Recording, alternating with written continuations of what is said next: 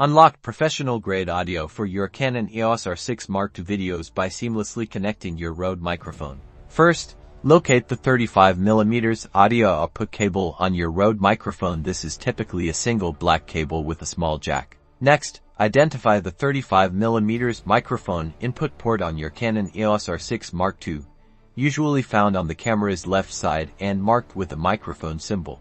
Carefully insert the Rode microphone's 35mm audio cable into this port until you feel a secure click.